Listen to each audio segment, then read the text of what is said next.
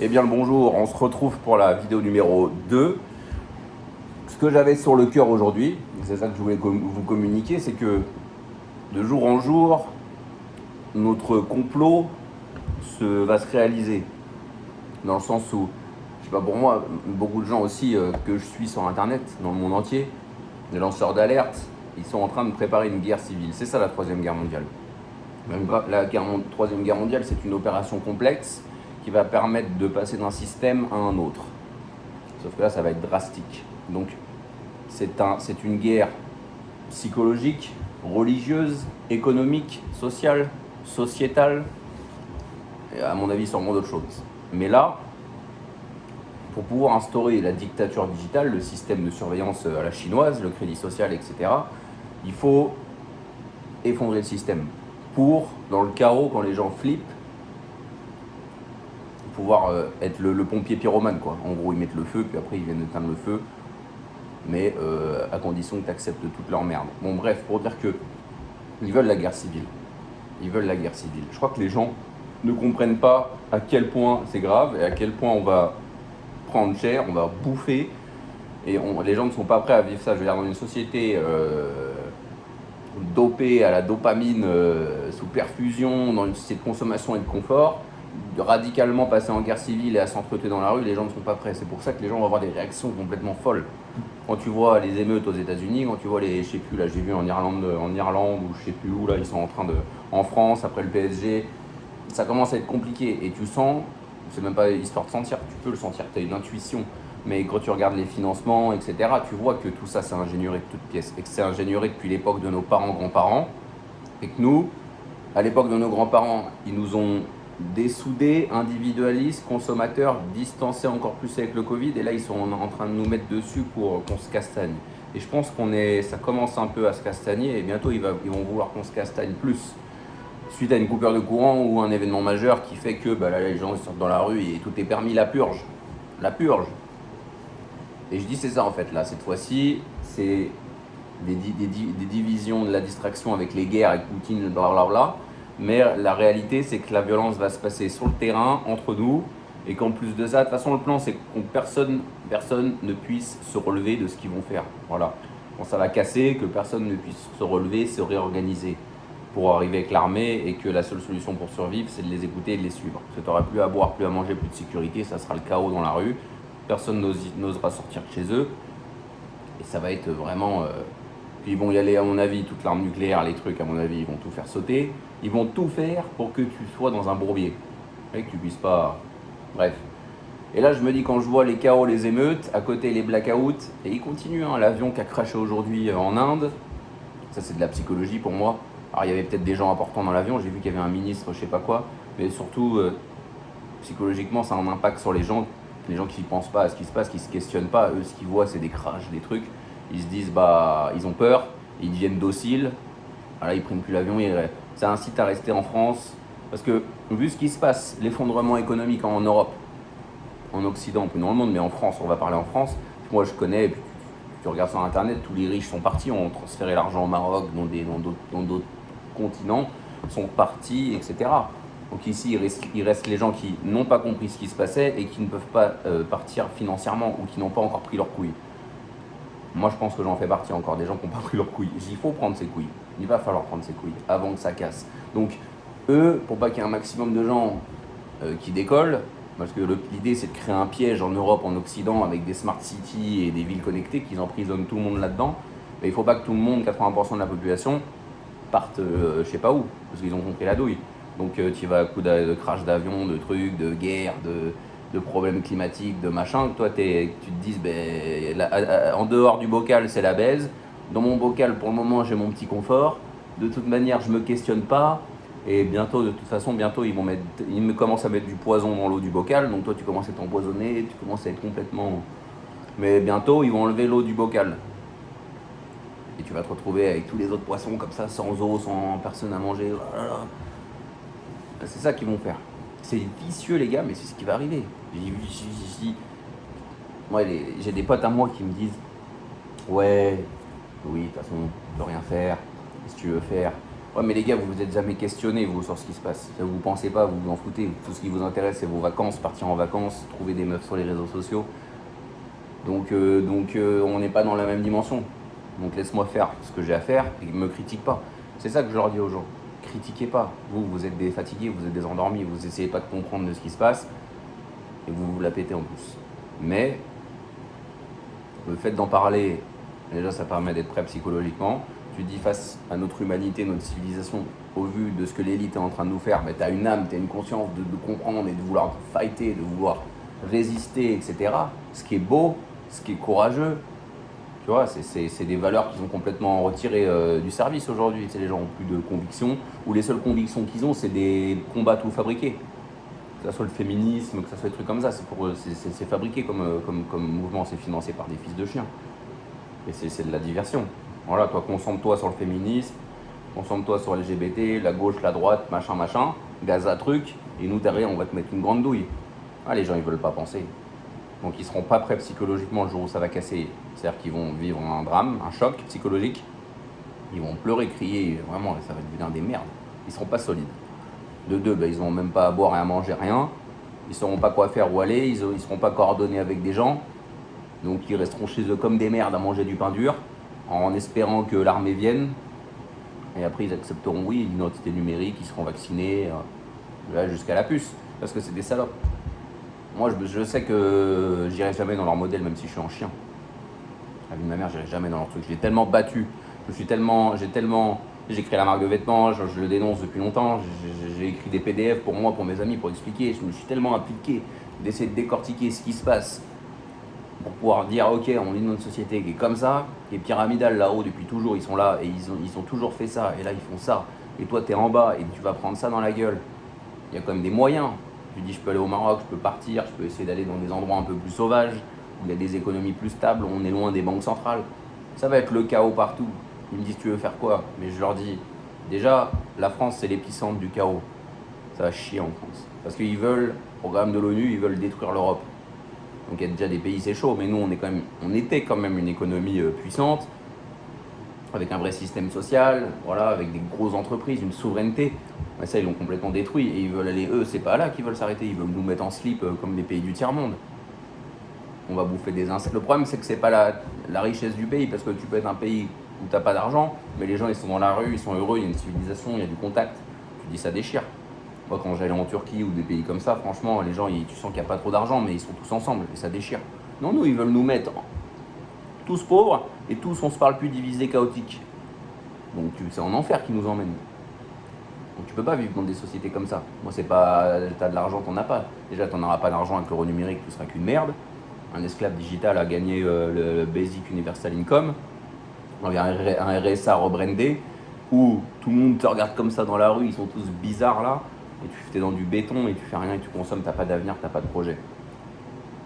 La vérité, je préfère essayer de me dire, viens, on va, je sais pas, moi, au Panama, on va en Turquie, même si dans les campagnes, on va au Maroc, on va aux Philippines.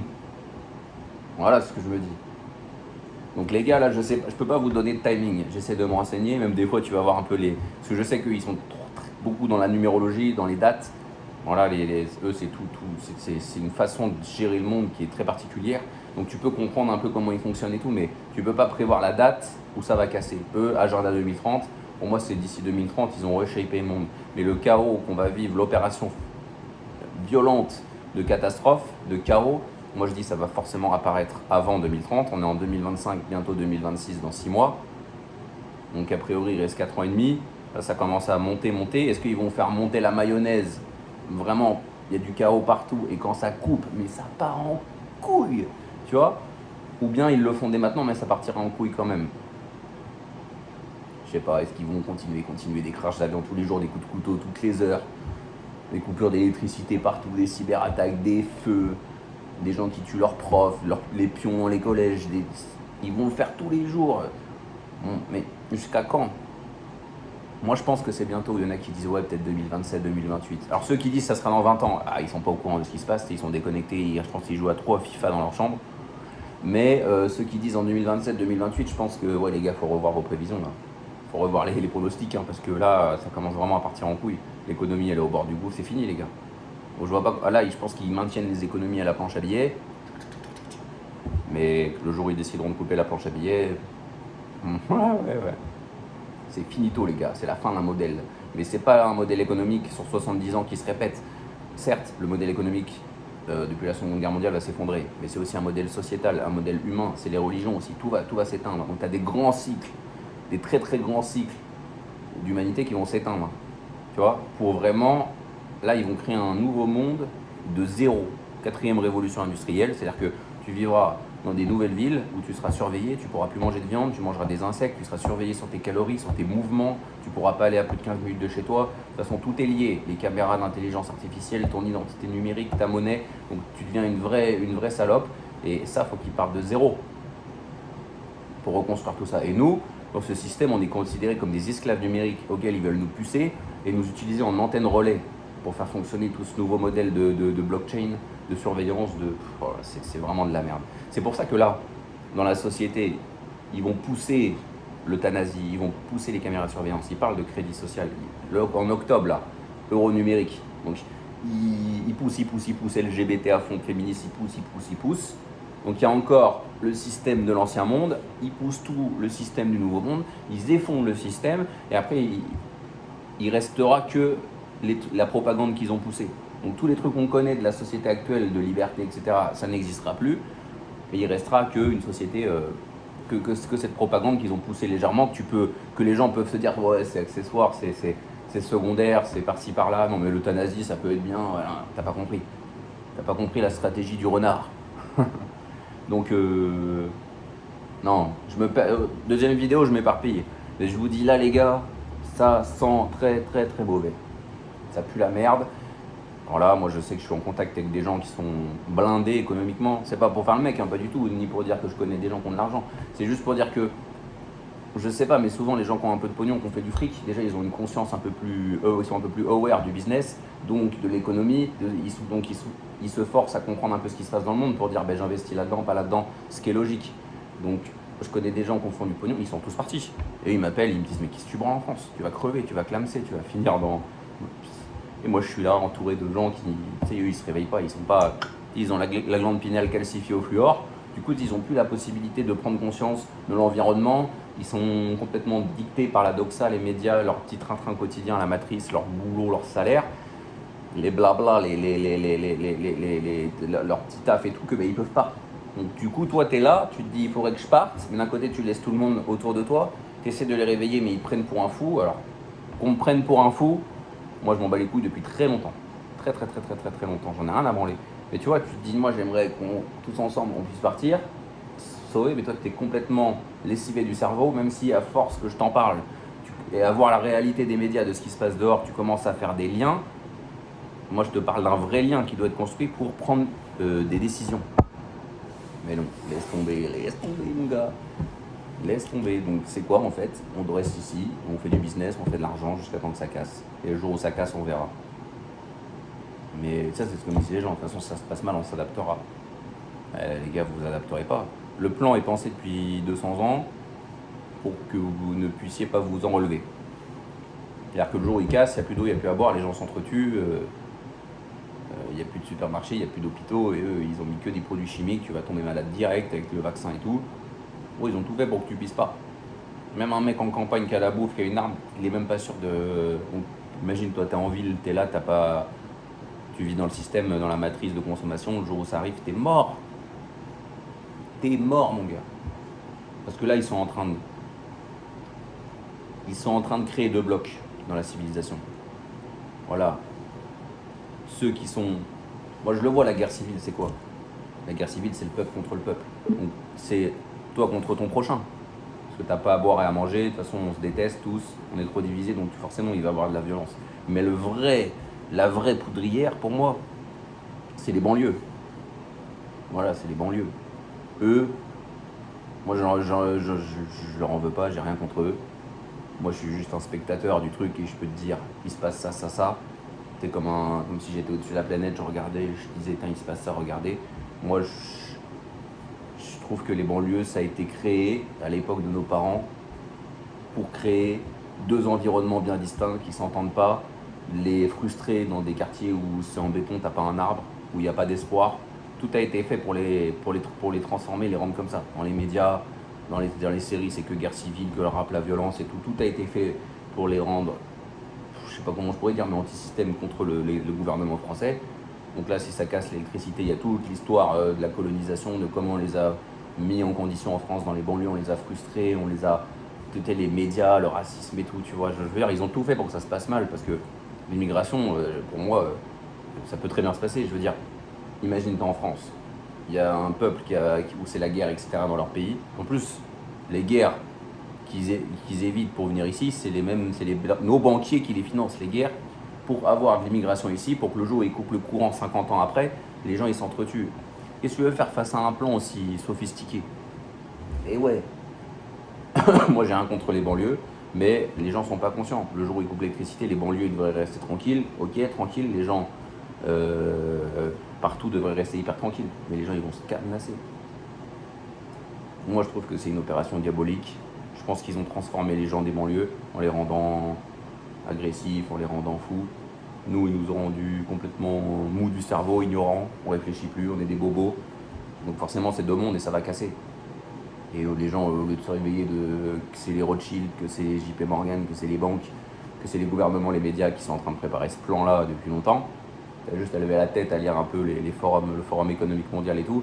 Non, les gens, ils lisent pas, ils comprennent pas, et l'ennemi, c'est le méchant. Donc pour le mec de banlieue, c'est l'extrême droite qui veut arrêter l'immigration. Pour le mec entre guillemets qui est né en France et tout machin, lui c'est les problèmes, c'est les mecs des banlieues qui foutent le bordel. Donc j'ai l'impression qu'ils vont vraiment faire une grosse fracture entre ces deux mondes et que ça va être violent. Voilà. Et que toi, si tu es conscient de ce qui se passe, tu te retrouveras entre les deux, tu essaieras de les canaliser, leur dire les gars, doucement. Non, non, là ils vont tirer.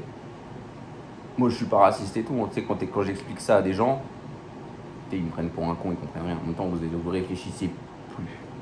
Vous réfléchissez pas, votre cerveau il marche plus. Donc c'est le gouvernement, les médias qui vous donnent, vous pensez comme ça ou comme ça, voilà, c'est tout. Gauche ou droite, noir ou blanc, vous pensez ça, c'est tout. Voilà.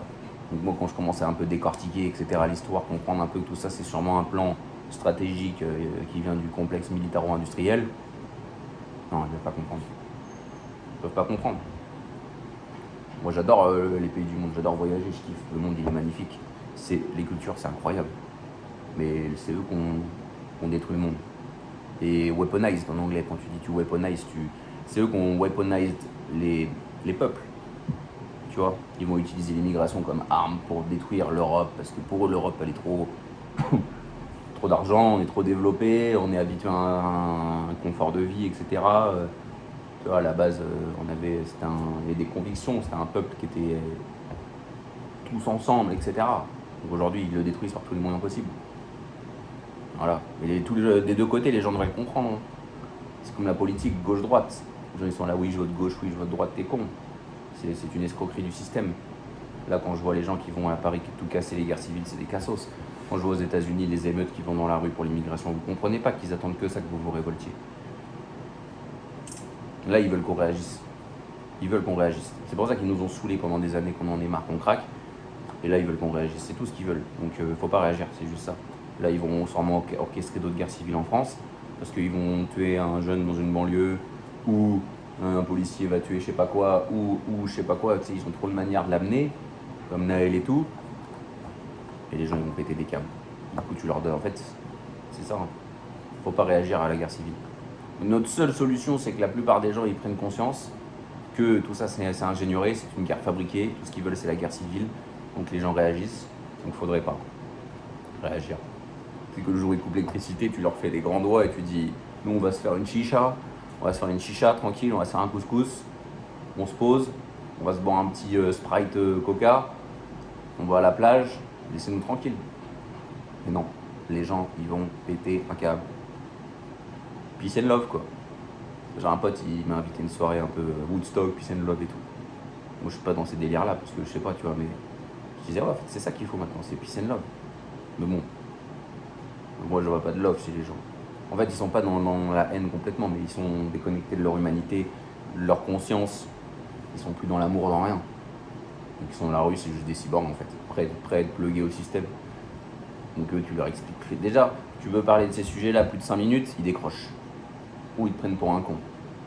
Tu vois, ils n'ont pas l'habitude de discuter de choses sérieuses business, de la vie et tout. Et c'est juste des consommateurs, les gens. T'as été en festival, c'était trop cool ce soir, je vais à tel bar et tout. Tu les entends. Ok. Mais là, le système, il se casse la gueule, il va falloir commencer à penser autrement. Sinon, vous allez vous faire niquer. Et le système veut vous niquer.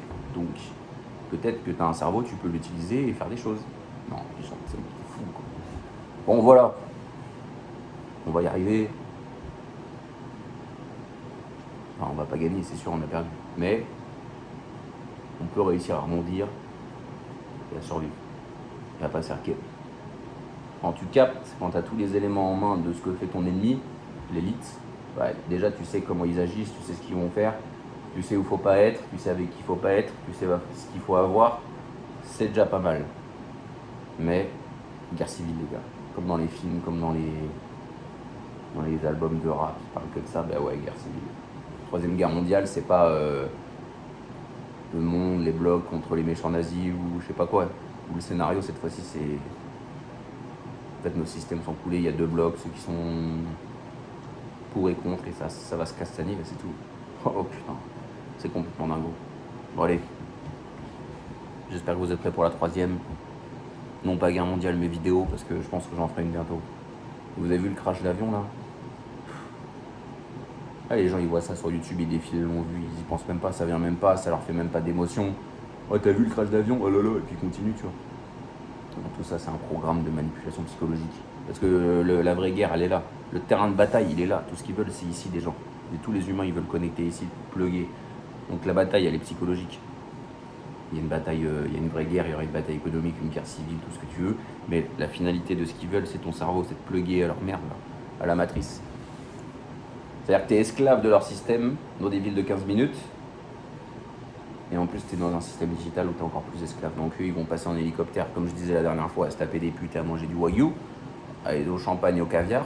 En jet, ils vont passer au-dessus des villes de 15 minutes où nous, on va être tous bloqués. Ils rigoleront, ils nous pisseront dessus, tu vois. Et en plus de ça, tu passes tes journées dans une réalité fictive connectée à une machine où ils peuvent contrôler tes pensées. C'est ça la suite. Non, Louis, il faut pas en parler, laisse tomber, tu peux rien faire. De toute façon, non. Ça, c'est un discours de mec qui réfléchit pas.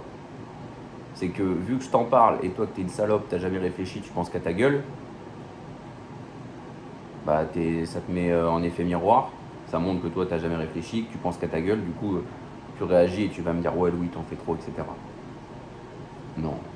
Moi je suis connecté avec beaucoup de lanceurs d'alerte dans le monde. On est sur la même longueur d'onde, on comprend, même dans d'autres langues, on parle en anglais, on s'écrit des mails. Il y a plein de gens connectés. Il y en a énormément. Les gens qui ont une conscience font le truc. Mais la plupart des gens, ils ont été tellement conditionnés avec des consommateurs égoïstes que, vu ce qui se passe maintenant, le système se démantèle. Ils ne sont pas capables de s'adapter. Ça restera des consommateurs égoïstes jusqu'à temps que ça casse.